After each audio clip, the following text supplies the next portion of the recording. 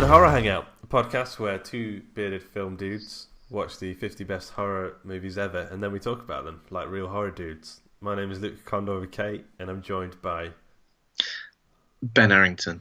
How's it going, Ben? You alright? I'm alright, Luke. Do you get hay fever? Are you? Do I get hay fever? No, I'm hay fever free.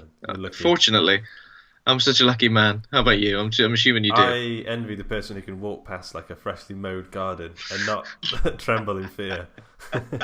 Yeah, trembling. I get it really bad.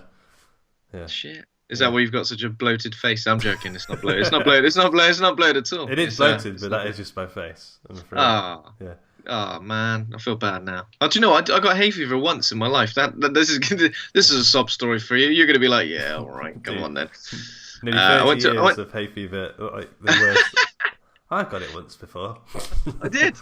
I went to a festival once, and I was just destroyed. Like my eyes were just. That's weird. I'm telling you the symptoms of hay fever here. Yeah. Like you think now. Yeah, I understand what they are. Yeah.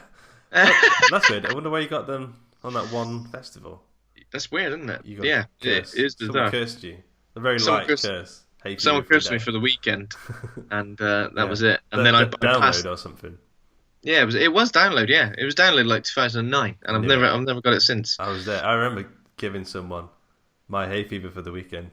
I thought so. Yeah, you just did a deal. You struck a deal with somebody and said, "Pass on the hay fever to whoever is near." And I was strolling past, loving life on a Sunday. Yeah.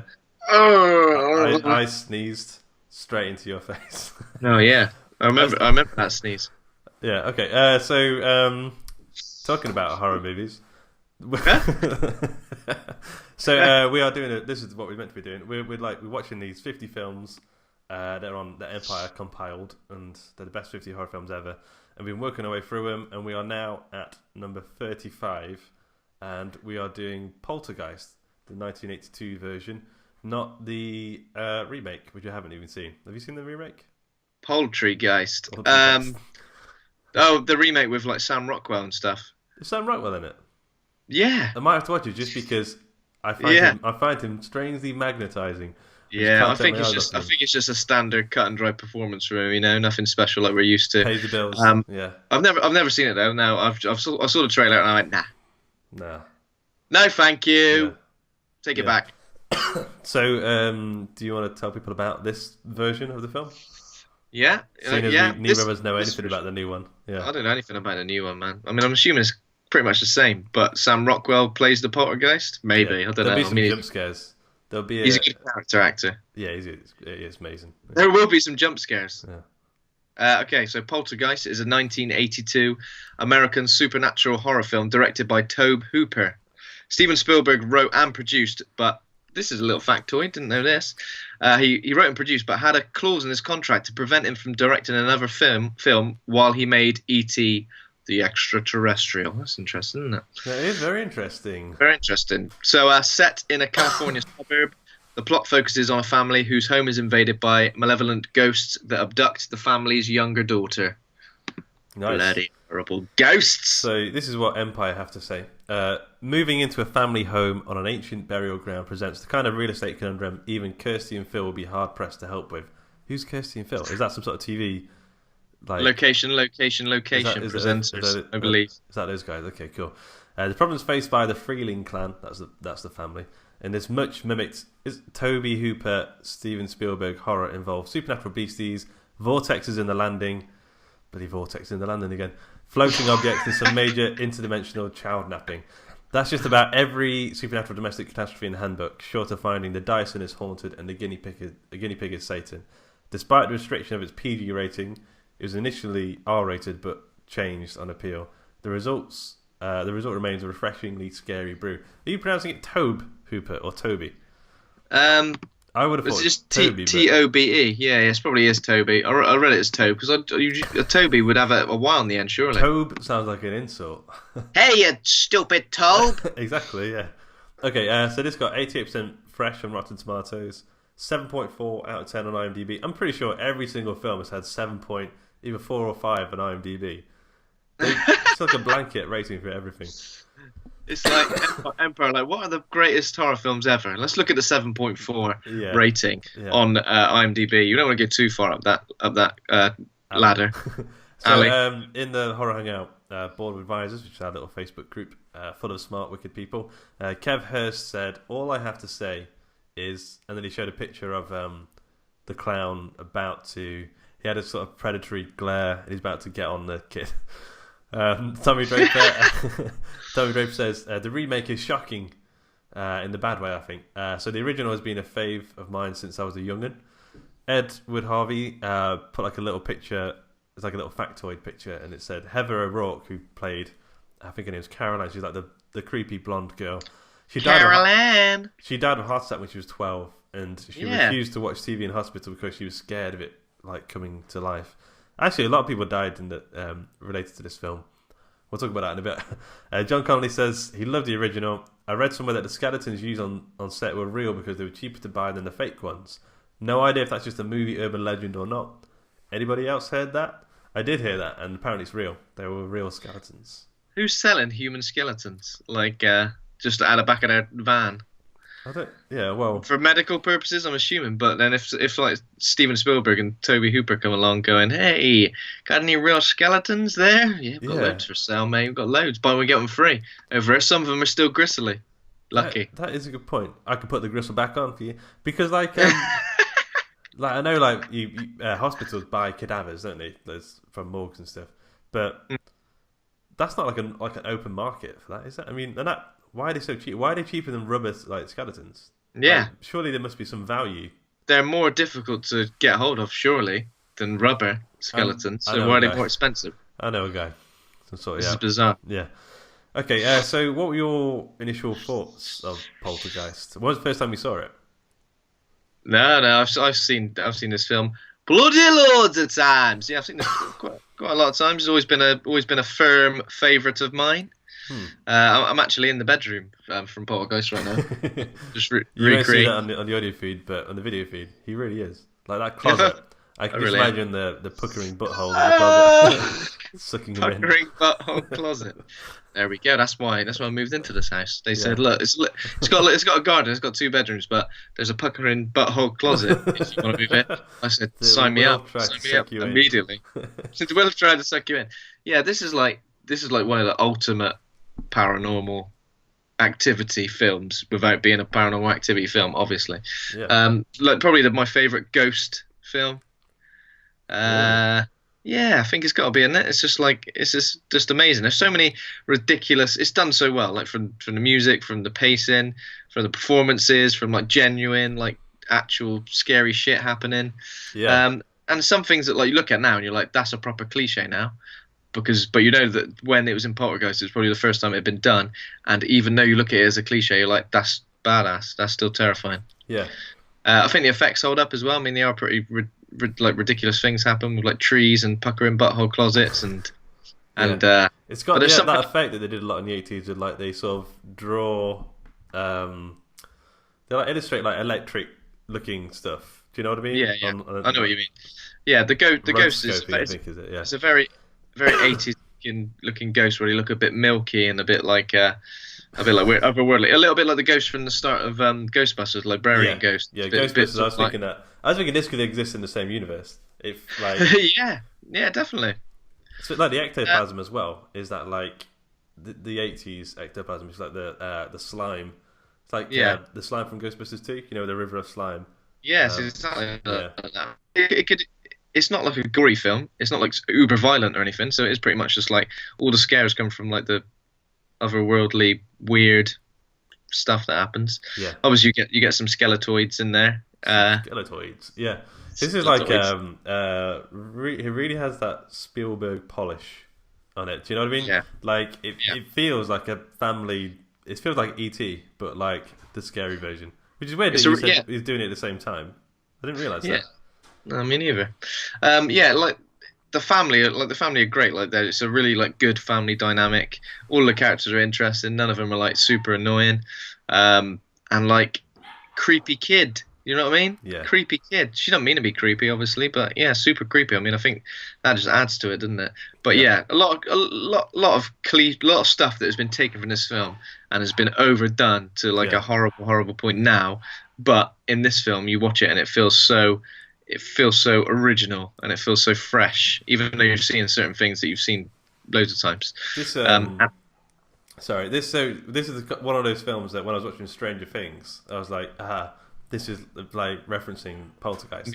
yeah, because like the suburban environment, Yeah. and the sort of the sort of Spielberg thing where you're just like, here's just like an average suburban neighborhood, and this could happen to Does that not happen anymore? Like, because I was telling Kat, like, we don't get films like this anymore where like the family sat around a breakfast table and there's like, you know what I mean? It's like a warm day and they're drinking orange juice and there's waffles and the mum's like busy in the kitchen trying to get it all ready, and there's like kids with like toy race cars outside and people on bikes and stuff. Like, Yeah, we don't really see that in films much anymore.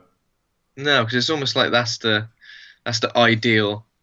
We're painting this vision of an ideal life, an ideal suburban life, ideal family life, just to tear it all down again. Yeah. Whereas I think now certain films, especially horror films or like these sort of like ghost story films, they don't waste time getting straight toward. Not saying that the time would be wasted, but they don't build that world. They kind of just throw you straight into the deep end. Here's a scary shit. Maybe 10 minutes of build up, and then bang. Yeah. Here's all the jump scares. Blah blah blah blah. Where I think Poltergeist really takes its time to sort of like dial up, just like take a little bit of time, really dial up something freaky. Yeah. By the end, then it's just like full on. Yeah, because by the time the end comes, it almost feels like the ending's already happened. Yeah, I know what you mean. We have this. Yeah. The ending kind of happens. You have a little bit of a lull, and you think, oh, everything's getting back to normal, and then bang. Yeah, and then the shit really hits the fan at the end. Yeah, it's really good. Shit hits the fan. Yeah, I got like so. I've got it. So I always thought this was a Steven Spielberg film, and I think because of the music, because of the suburbia, that like I've always sort of recognised as very Spielbergian. And then I'm reading about how like, Tobe Hooper directed it. I definitely feel like the whole Poltergeist thing is a metaphor. I think Tobe Hooper was like, I'm trying to make a film about like a family drama, and the Poltergeist, the meddling entity, is Spielberg. Like just needling away the film. Like, you know, when like the hand sort of bursts out of the screen, I feel like that's Spielberg getting involved a bit too much, and then the face explodes through the door. That's Spielberg's face. Like, that's this Spielberg's is my face. Fucking film.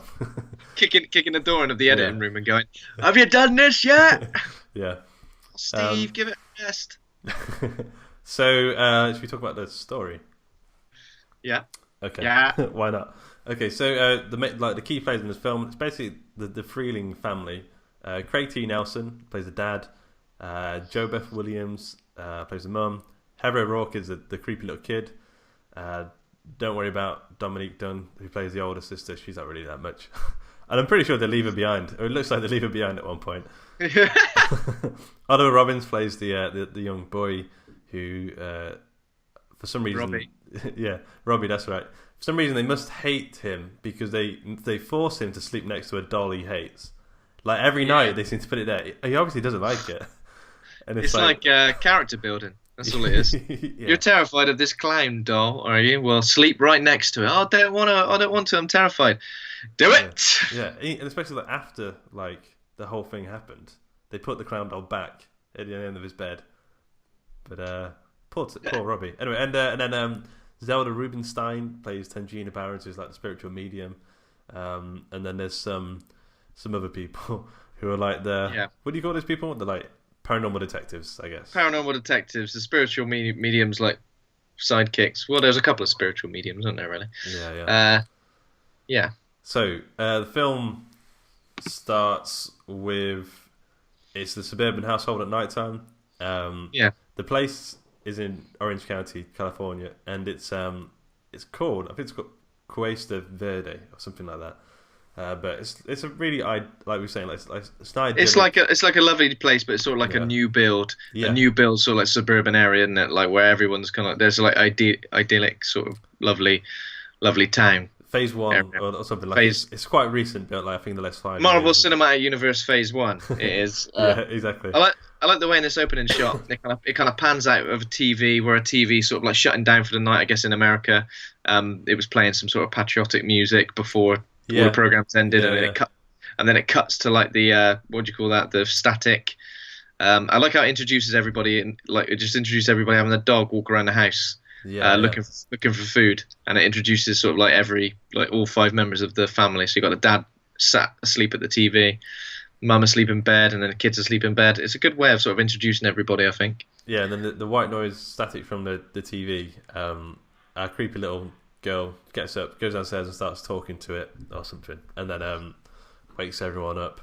But yeah, we don't get static anymore. CRT TVs like have like Yeah. a sort of built-in creepiness to it that we just don't get.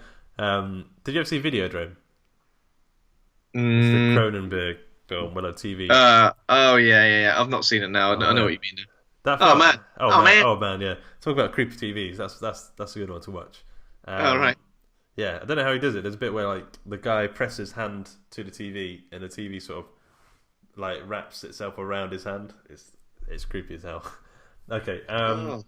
so then it's the morning after, and then we get a proper introduction to the suburbia. We've got like some guy on a bike carrying beer. Look, like I mentioned, we've got the kids playing with like race cars and tripping people up.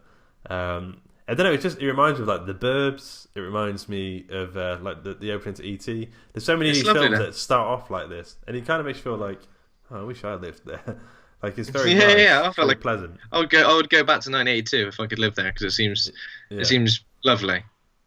Yeah, Um, so we get a good introduction to like everyone's sort of character at this point, don't we? So like the dad is like watching a game of football with his pals, and they're like having Yeah. a beer. Has a little bit of a row with the neighbour over the remote control, yeah, which yeah. was funny. You know, that's funny, wasn't Funny it? little bit. Just pop a little Fuba in there. Um, but yeah, it's good. It just takes its time, like really nicely to sort of build up the sort of family dynamic. I've got to say as well, the dad is one of the salespeople who sells houses in Case de Verde, whatever it's called. Yeah, So he's sold apparently like 40% of the houses. Phase 1, phase 2, phase 4. He's sold them all, baby. He's really good. fuck them all, baby. Yeah, and then so I think the same thing happens again the next night. Yeah. Oh, sorry. Earlier we get the bird dies as well. Little bird dies.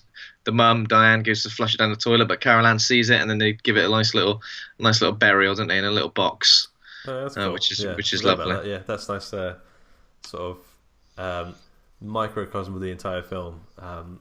So there's an earthquake. There's a storm. A ghostly white hand with a rotoscope sort of effect sort of comes out of the TV, and then there's that like famous line where Carol Ann turns around and says, "They're here." They're here. But like super creepy, like as creepy as you can imagine, really. Ever so creepy. Ever so creepy. 10 out of 10. 10 out of 10 creepy.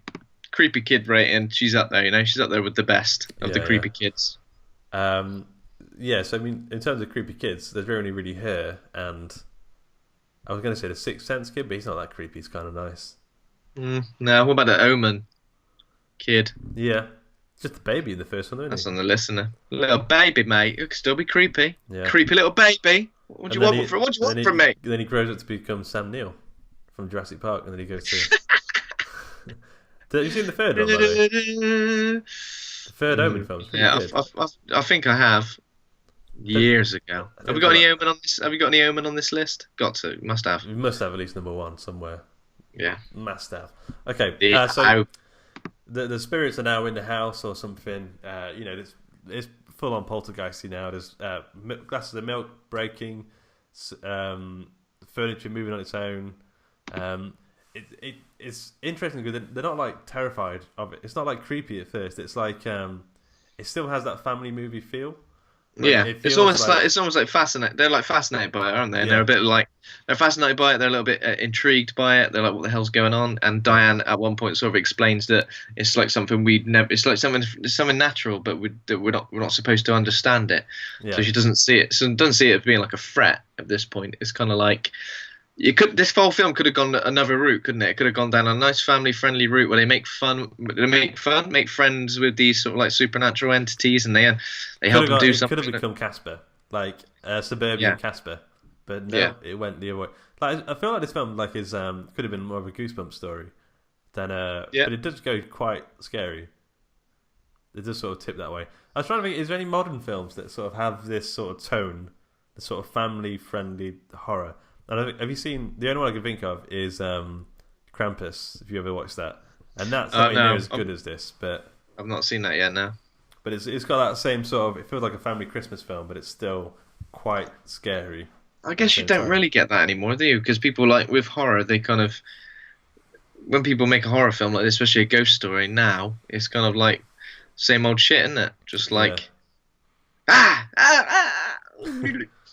That's it. Yeah. You know? So it feels like they've got like friendly neighborhood ghosts sort of thing. But then that night, the tree, which I looked at that tree and I knew. Yeah.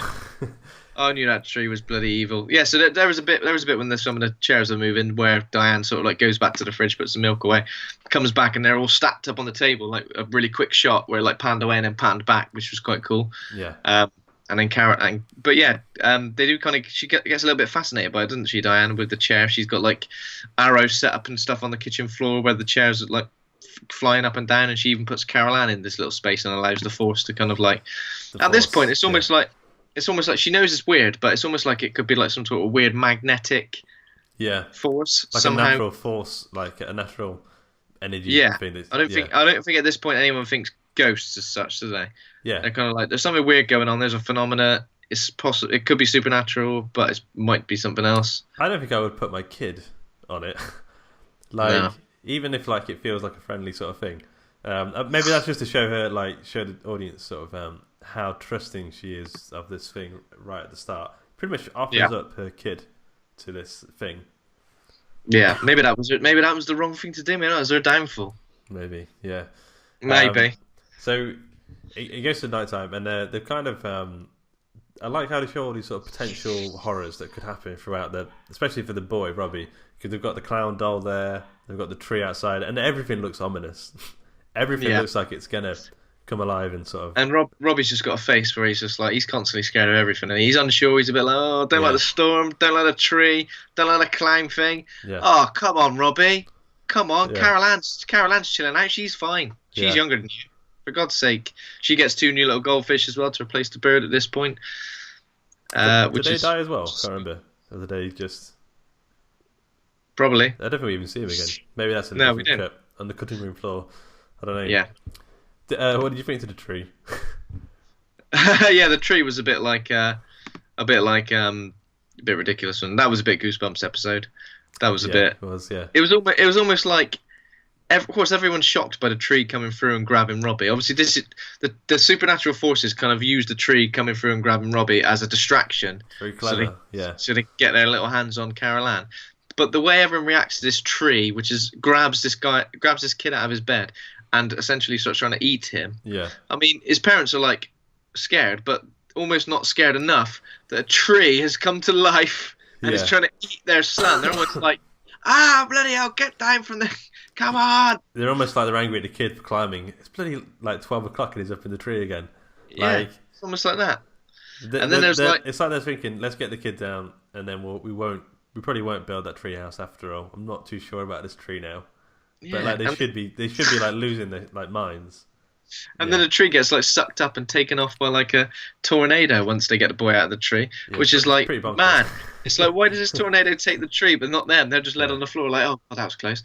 Tornado just takes it away. But meanwhile upstairs, Carol Ann, basically the closet door is opened. There's like a bright light coming out of there, and there's some sort of like vacuum cleaner thing sucking everything in. So everything from the room is getting sucked in, all the toys and stuff. It's like it's sucking liberal America into the closet.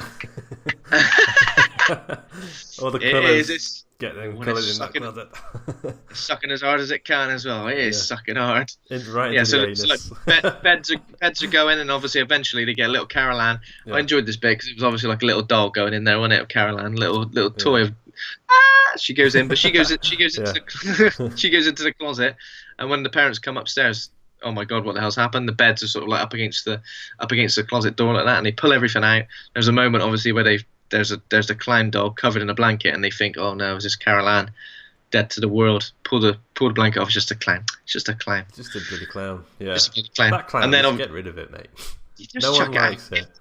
if that clown Nuisance. is scaring your kids, is scaring you, it's annoying you that Yeah. much, get rid of it. Yeah, Unless that's give it to the criticism. dog. Let him have a hump.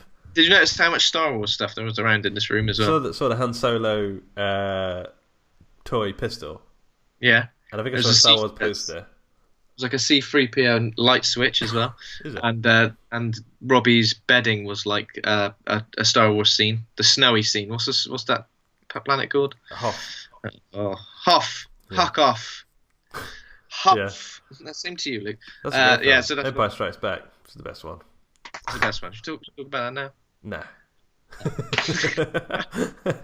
Yeah, so obviously, and then it's weird because Carol Ann, Yeah. turns out Carol Ann is gone. She's gone to the Nether Realm. She's been sucked into another dimension, ghostly dimension, where all the spirits live. And the only way they can communicate with her, it would seem, is through the TV. She's like trapped. It seems like she's trapped in the TV, but it seems like the TV is just picking up the signal of her Yeah. in the other.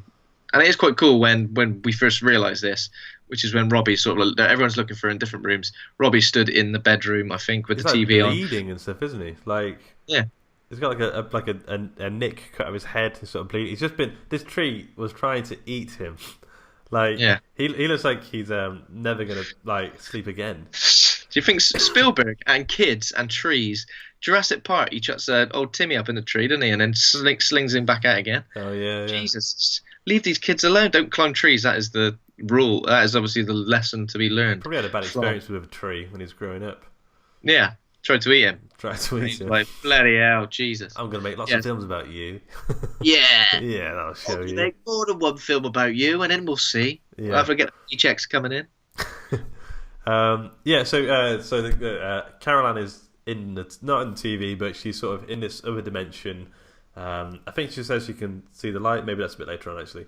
But she can sort of talk to the mum, but I don't think she can talk to anyone else. I think that's the idea. Yeah. But then we cut to like the next day, and maybe it could be a day or two after that. And I they've think gone to. I think it might be a few days afterwards. So then they go to some paranormal detective type people. They don't. I thought it was kind of weird. They didn't tell anyone. Like they didn't tell the police. Or I mean, I don't know what they're supposed to say. But Yeah. It was almost like they were. It was almost like they're so confused by what happened. They're like, Yeah. "Can we go to the police? What are we gonna?" Because if we go to the police and go, "She got sucked into the closet," and they'd be like, "Oh, that's bloody the hell, sixth kid today. Yeah. bloody hell, something's gone wrong here, isn't it? Yeah, Something's gone wrong." yeah. I think they'd get the blame immediately. So like, we've kind of got to try and find her of our own accord before we alert the authorities. Yeah. I mean, I'd tweet it at least. Bloody daughter's in the closet again. Tree tried to eat son. Closet ate daughter. Hashtag. This bloody house. Hashtag I hate the clown. Yeah. Hashtag I blame the clown. Yeah. So who are these parapsychology people we've got? I've got it written down here. Dr. Lesh, Ryan, and Marty. Either Ryan or Marty is like a nerdy white guy with glasses, or they're a black guy with looks a bit cooler. I don't know which one's which. I don't know about you. Yeah, I'm not sure. Unfortunately, I didn't really follow their names at this point. I kind of just thought these are the guys. Also, was it like they're at some sort of university, weren't they? Yeah. Does every university in Have in Hollywood have a ghost hunting like department? Because we've got the Ghostbusters. They were working Yeah. at university in the first one, and then this lot. You know what I mean? Where can we find our ghost hunters? At the university, obviously. Yeah. Stealing an education. In England, I'm trying to think where you would go. I'm pretty sure university isn't the place to find it. I'm pretty sure whatever happened, British people are just going to be like, oh God, call the police. Yeah. For God's sake. Yeah. So these are pretty much like the most haunted type people. I think they've come to get some proof. Derek Acora. They call in Scouse Ghost Hunter Extraordinaire Derek Acora. I would like to see that version. They set up like cameras and stuff in the house, and they're like, "We need to get some evidence." There's one bit where they're showing around the house, and one of the guys, either Marty or Ryan, it doesn't matter, is like, "Yeah, we've seen some pretty crazy stuff. We saw this one time there's a thing like an apple or something moving across something, and it took 7 hours, and that was creepy as hell." And the guy's like, "Oh, you think that's a knife? I'll show you a knife." And he opens the door, and it's like, it's the kid's bedroom, and there's like stuff flying everywhere. The effects were kind of weird for it. I don't know if the version I saw just had some sort of added 3D effect type stuff in it, because it looked kind of odd, even for like the rest of the effects in the film. It looked kind of odd. Like some of this, like a lamp. There's like a lamp that's sort of the lampshade unscrewed and then you screw back on, but everything looked like kind of like low opacity, so sort of see through stuff. Is weird. I don't know, but there were a few weird bits in this film. You probably had this, but there was like a famous weird cut in this film as well, isn't there?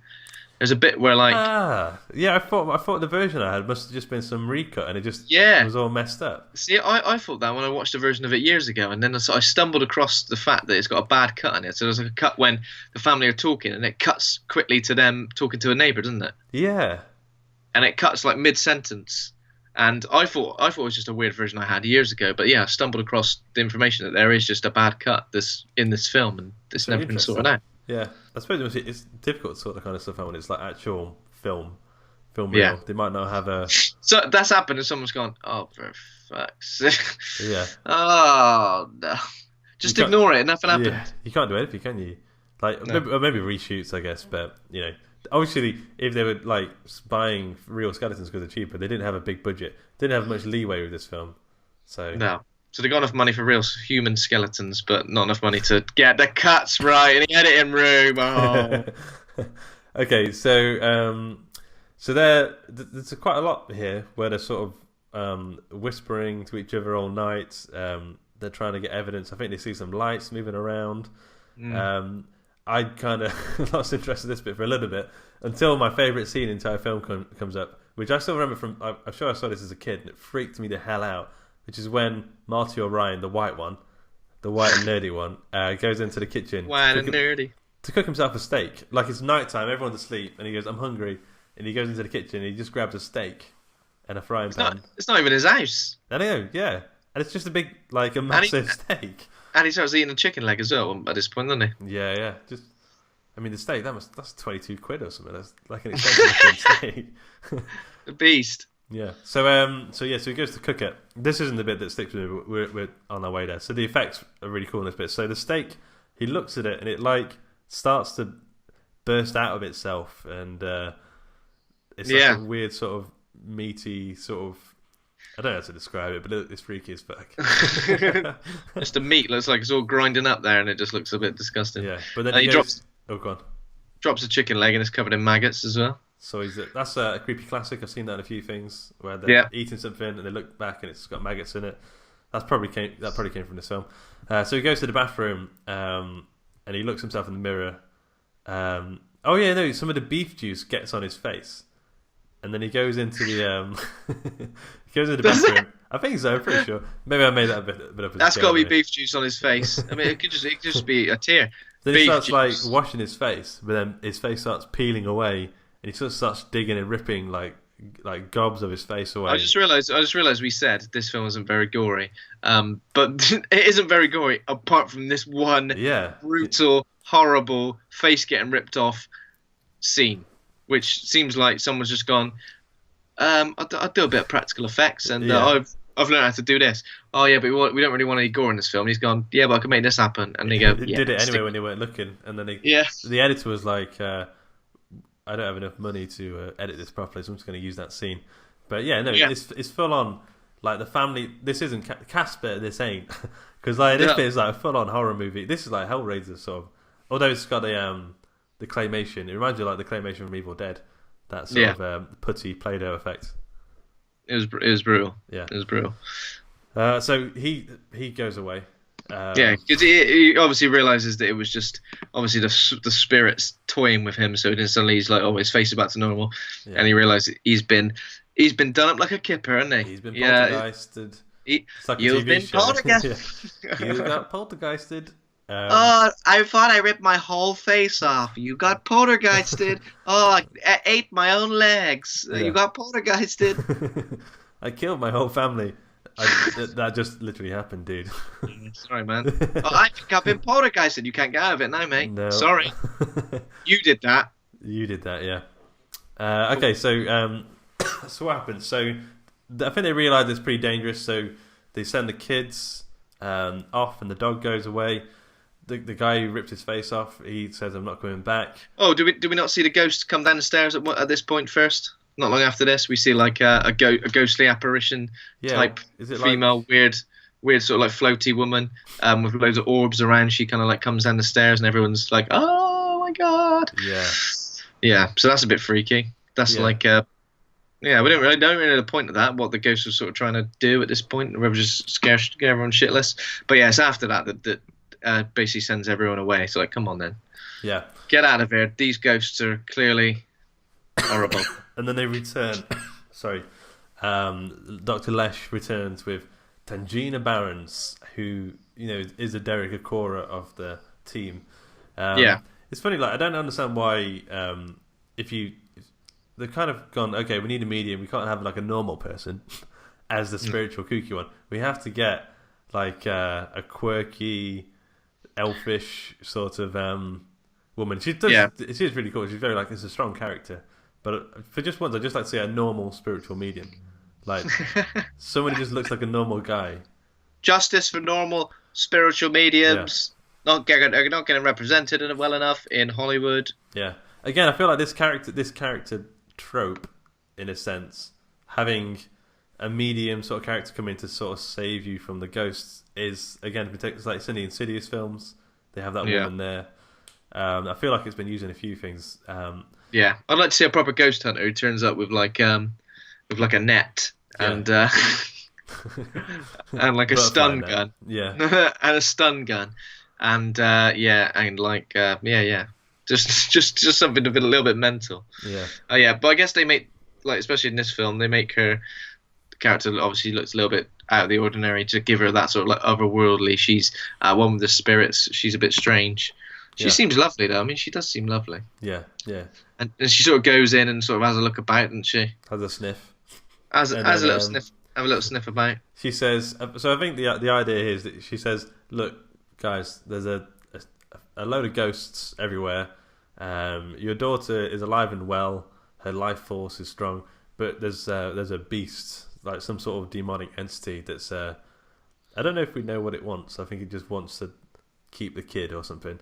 It just wants her, doesn't it? So I mean, it represents a light, and it's trying to get Carol Ann sort of go towards. So I was really confused about the light. So in one scene they're saying stay away from the light. The next thing go to the light, and then someone else is saying don't go to the light. I don't understand what. It was a bit confusing. I think there might have been a few lights. The demon was like one light. I think there was another light which was like, if you go towards that light, you die. Yeah, that's like passing on sort of thing. Yeah, and I think there was another light which at one point was the exit. It was like the way out. Yeah. So it's a bit confusing. If you end up in this other dimension, there's like, oh, there are three lights. One to kill you, one you will live. I'll be like, I'll just stay where I'm at. I'll stay put. In the dark. Jesus, in the dark, crying. I can talk to people through this TV. I'm fine. Yeah, I'm all good. If I ever want to see my family again, I'll just go switch the telly on. But when CRT TVs are gone, they'll never be able to speak to me again. Yeah. But I don't know. I'm sure you can pick up whatever frequencies. So like the radio or Skype. They'll be able to Skype you in the afterlife, I think. Okay, so what happens now? So this bit confused me as well. So the woman Tangina, is that her name? Orangina? Tangina. Yeah. So she says here's what we're going to do. Ryan or Marty, the black one, you write some numbers on some tennis balls. This bit did confuse me because they were like, so the entrance to this other world is in the closet, and then there's an exit, and she has like this whole plan of how she's sort of gonna get the kid out with some rope and like a fishing sort of plan or something, and then she says, "I'll do it." The mother shouldn't do it. I'll do it because you've never done it before. And then the mother says, "Neither of you." And I'm like, "What? If she hasn't done it, how does she know exactly?" She's got like the WikiHow article on how to do this. Like she's like. Get 2 tennis balls. Write the numbers. She's like a cowboy builder. She's just like doing a lot of guesswork. Yeah. Just like, oh, how much aggregate do you need for this job? 2 tons. Yeah. She ain't got a clue. She's just basically when she writes her final invoice out at the end. Yeah. It's going to be a load of guesswork. She'll be like, look at all this stuff I did. Here's my final invoice. Yeah. You owe me 200 grand. And I'll be like, oh bloody hell. Sniff the spirits out of that bit there. Did a sniff stomach, which is. She was there for about 45 minutes, wasn't she? Yeah. Yes. So then she works out a way of getting into the portal. So she throws some tennis balls through the portal in the closet, and then they come out from the ceiling, like in the living room. So that's the Covered that's the in pink slime. Yeah, I mean it's good that the exit to the portal's there. Imagine the exit to the portal was just like down the road. You'd never know. Yeah. I sort of understand how they know it was there. Is it just like she's a spiritual medium, so she knows it, so you can see it or something? Well, I think they work out it's there because at one point loads of jewelry falls out the ceiling, doesn't it? And they're sort of working out that some of the jewelry's like really old and some of the jewelry's like really new, and it's almost like a wormhole thing, I guess, where loads of stuff gets trapped. You know, I mean, it is confusing. Yeah. I mean, I've never been in a wormhole or sort of like paranormal, supernatural portal. I've only been in two, and I don't remember knowing where the exit is. What goes on? So she has a plan. She's like, okay, Mum, I'm going to tie this rope around you. You go in. Dad, you hold on to it. Hold on to the rope. There's one bit as well where she's saying, tell your kid off. And he's like, tell her that you're going to spank her.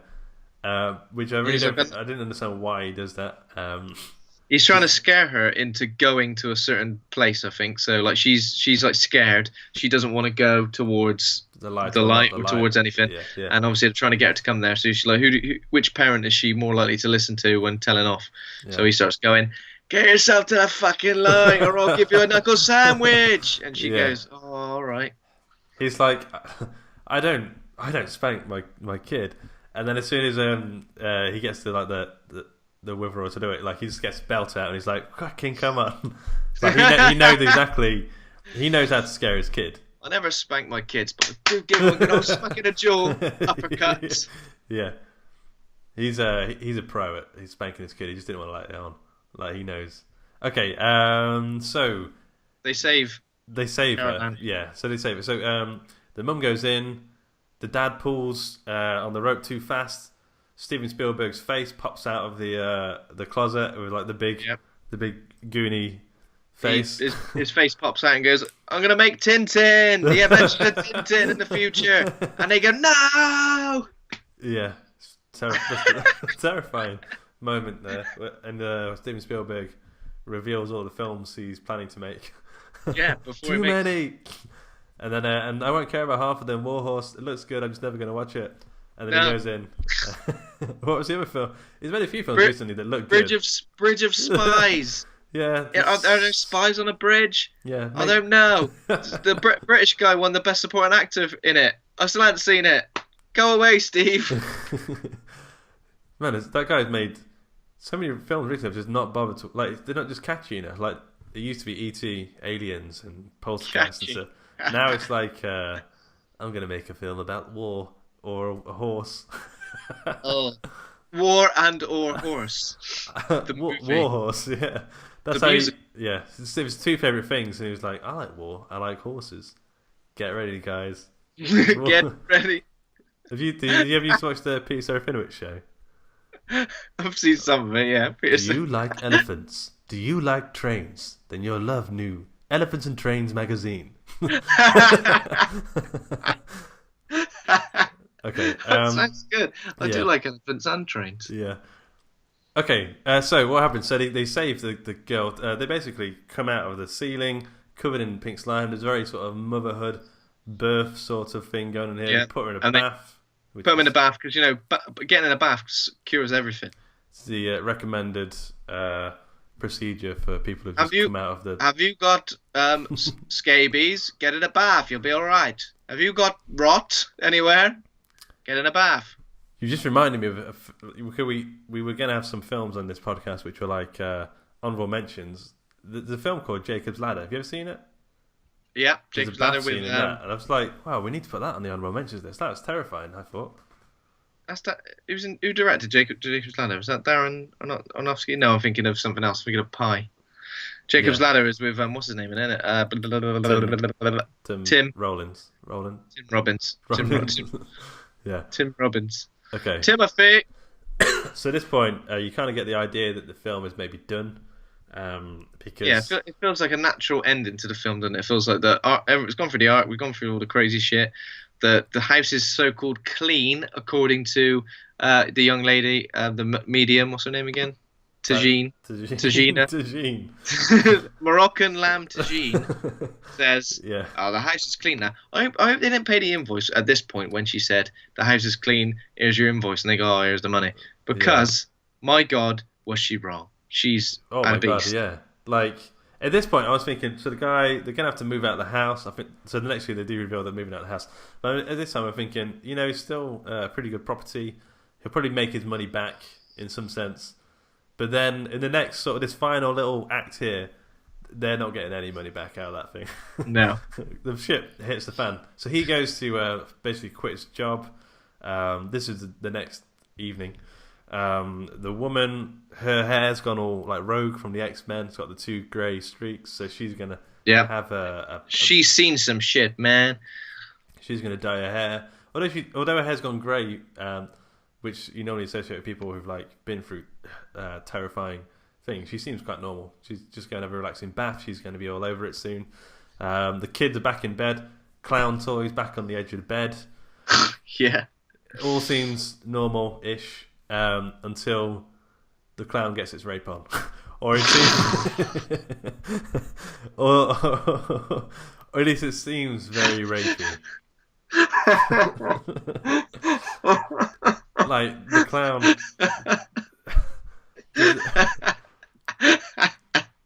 It seems very. The boy is like trying to look under his bed. The clown like pops up behind him, sort of a jump scare. Something, I think it's supposed to be his arm, but something prehensile wraps around his neck anyway. Drags him under the bed, and then I saw some white fluffy stuff popping out somewhere. I'm not too sure what it was. And in the next room, Diane's like being attacked by some unknown force, and she's going flying up the wall. She's she's all over the place. You know what I mean? It's a right load of bother, isn't it? And then the anus appears. That's the only way I can describe it. It's like the portal now has taken on a physical anus-like quality, full on. Yeah, and there's even I like how you say an anus-like quality. I mean, that is quality anus. I mean, you can't. There's no arguing about it. That's a quality anus. It's full on, like relaxed. I mean, yeah, it's as relaxed as it can be. Yeah. So anyway, the wife, the mum, Joanne, I think her name is. I can't remember now. Anyway, Diane. She tries to get the like I said, the oldest daughter. Haven't seen her. Like, you just don't worry about her. You kind of get told that she's like been staying with friends at this point. Right. She gets a bit early on where like the workers are like a bit sexually suggestive to her. Thinking, oh yeah, how old is she? Yeah. That's the first thing I was thinking. They're like going, a bit of her. Yeah, and the mum is like just laughing it off, as if it's nothing. You there? Oh, you there? You hear me? Oh yeah, sorry. I was losing you for a second. Yeah, they started to go freeze up. Okay, what were we saying? Okay, so the mum, so she tries to get into the kid's bedroom. Like another beastie appears and throws her. So she goes outside, slips into the swimming pool that's not been built yet. And then we get like a drag me to hell sort of moment with the skeletons all rising to the top. Yeah, so here's where it's confirmed basically that their house and their neighborhood was built on like a burial ground of some sorts. So like the doo-doo Steve, is it Steve? The dad. The dude who Steve works for has obviously moved the headstones and everything from the burial site, but not removed the bodies. So that's obviously part of what the curse is and part of what the Poltergeist force is. But all these bodies start popping up out the like proper thriller video style. Yeah. So how did I save the kid? How did she open the door? Well, she's trying to get out, and she eventually does sort of get out with all the bodies, doesn't she? And then she goes out to rescue the kids who are sort of like almost going to get dragged into the portal again, which does look like an anus now, but with like a little worm coming out. So like the anus has got worms and little worms coming out. Trying to get the kids finally. She manages to save them, and then Steve sort of like comes home, and Dana gets home as well. That's the other kid, and they're all sort of like crazy. What the hell's going on? And then they all sort of escape, and then a house sort of just crumbles into like a car crusher like scenario where the house just goes. I saw it as a nervous anus. Okay. So it squints up like I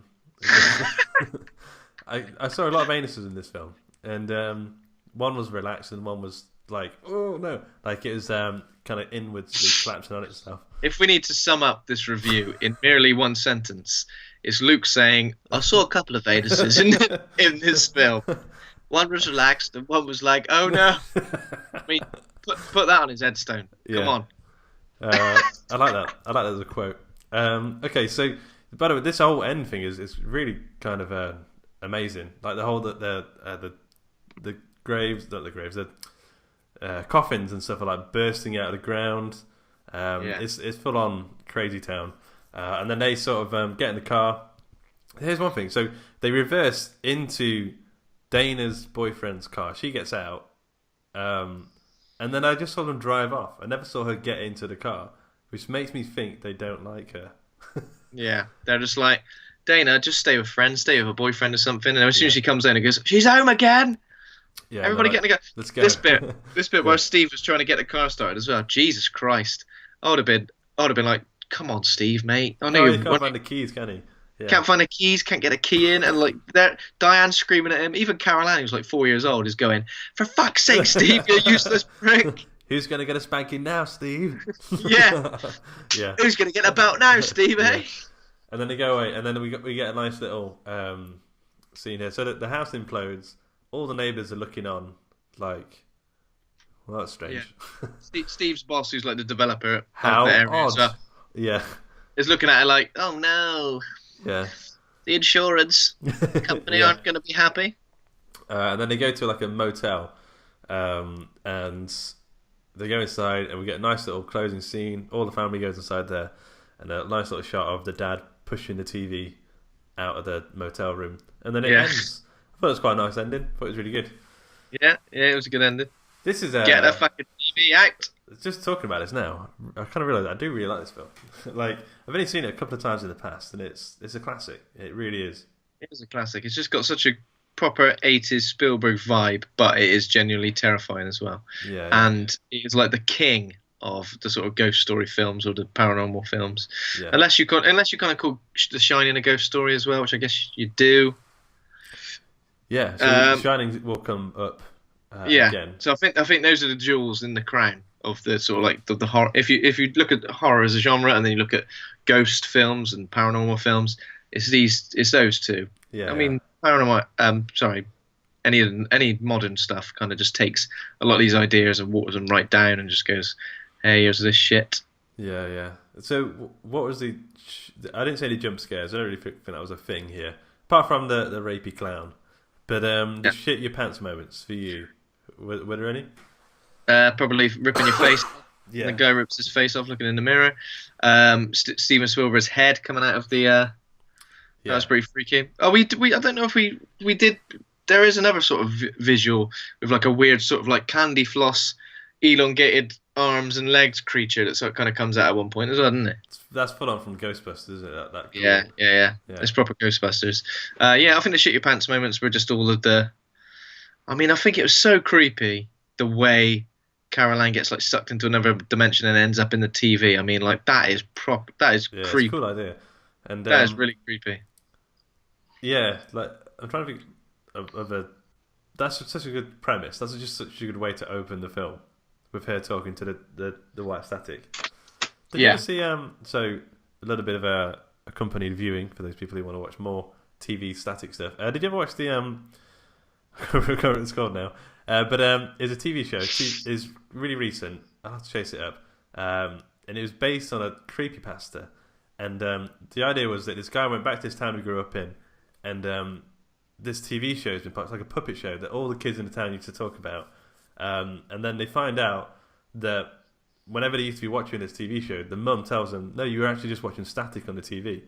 And like all the kids have been talking about this TV show to each other, and it's just I think it's based on like a creepypasta, so I don't know how. Well, it won't be true, obviously, because it's all nonsense. But it's super creepy idea, and the TV show is really good. And they're going to be doing more. There's like a 6-episode TV show, and they're going to be doing lots of these like creepypastas, famous creepypastas told in this way. I need to find out what it is. I'll find out next week, and I'll let you know. I mean, it sounds awesome. Sounds Yeah, terrifying. really good. And it also had one of the most terrifying scenes I've seen on TV and in film in the past couple of years. They just really haunt. Like, I found it quite hard to watch. Was it an anus? No, I've seen many anuses now. I've seen many ani, and I don't mind the look of them anymore. Not one has scared you. No. Not recently, anyway. Not recently. No, I don't. Okay, so some trivia. You ready? Yeah. Okay. So, yeah.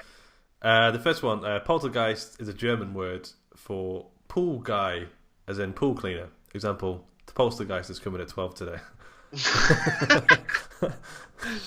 That damn Poltergeist is leering at my daughter. False, maybe. I don't know. Is it false?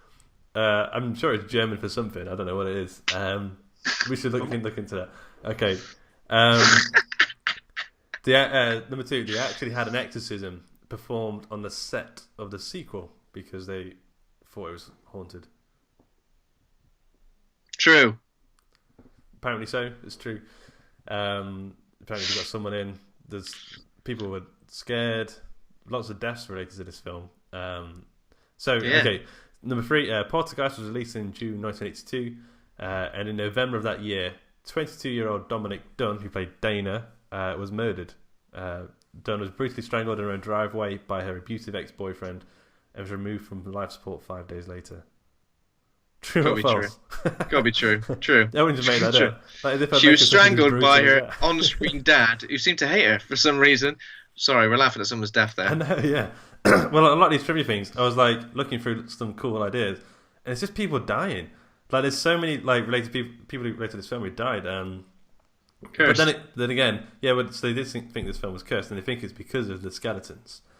But then again, on the article when it says that all these people who died, some of them died like 20 years later, completely unrelated. It's like, ooh, this guy died as well. Well, we're all gonna die. This guy died from natural causes 25 years later. Coincidence?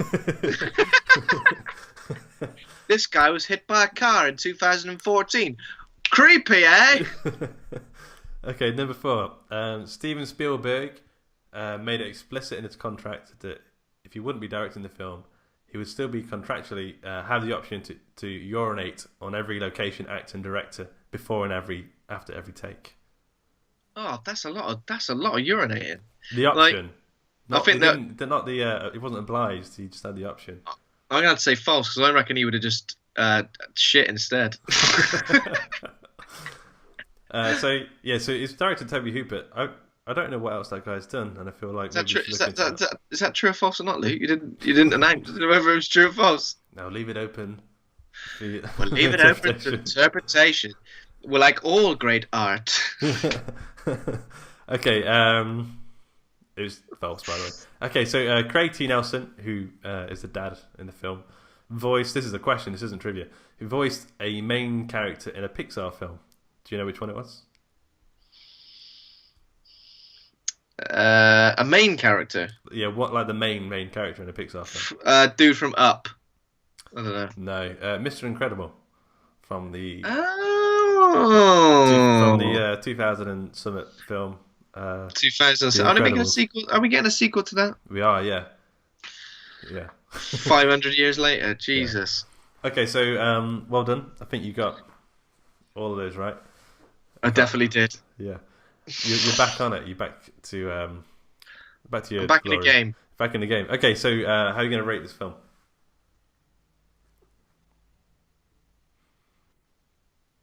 Are you going to rate the film? Hello? Sorry, I lost you then for a second. Oh, right. I lost you for a second, Luke. I wasn't ignoring you. I thought you were like. I was waiting for a second for you to return to me because you vanished into the Nether realm. Yeah. And I thought I'd have to come after you and cover you in ectoplasm again. I thought it was just an incredibly dramatic pause. I'm going to go for a big fat A for Poltergeist. A plus or minus, or just a standard? Just a standard, mate. I don't need where I'm going. I don't need pluses or minuses. Okay. A. Are we? Do you always do it? Do you always do a minus or a plus with it, or not? I think I do, just because I like to have that option. I don't think there's been many when I've just gone like the standard. A. Okay. Cookie. A minus. Yeah, I'd say A minus as well. because it sounds a little bit like anus, which I think is prevalent Got in anus this on film. anus on the brain today, I think, Luke. Yeah. Yes. Last time it was my cat pooing. Today it's anuses. I think you just let your true self come out in these podcasts. You know, I mean, you just. Yeah. Okay, I'm just going to quickly Google that TV show because I'll forget if I don't do it right now. But in before that's all over, let me just do the outro. This show is brought to you by the Story Studio Hawk and Cleaver. Head over to hawkandcleaver.com and grab a free book. Become a patron over at patreon.com/Hawk and Cleaver. Thanks to Kovac Kalman for our theme music. Thanks to Acast for hosting the show. Thanks to the listeners. Also, thanks to the guys in the Horror Hangout group on Facebook. Go search for it. It's really good. Thanks to my co-host Ben. Thanks, Ben. Thank you, Luke. So Channel Zero, it's called, and it's really good. All right. Channel Zero. What was that on? Was that on Netflix or something? Sky or something. Sky. Sci-fi. It's a sci-fi TV show. All right. Okay. It's really good. Channel Zero. Channel Zero. Okay. Yeah. Was it a one-off or a few episodes? 6 episodes, and I think the idea is they're going to do lots of these creepypastas. They're going to give quite small budgets to younger horror filmmakers to make these things. So it's kind of like a anthology, but told in 6 parts per thing, and it's really good. That's cool. Yeah. So next week we are talking about probably one of the scary, like genuinely scary films on the list, Wreck, which I can't wait. I'm looking forward to it. Yeah, man, I haven't seen that in a long time as well, so it'd be good to go back and watch it again. Yeah. Cool, man. All right. Say goodbye to the lovely listeners. Goodbye, lovely listeners. Bye.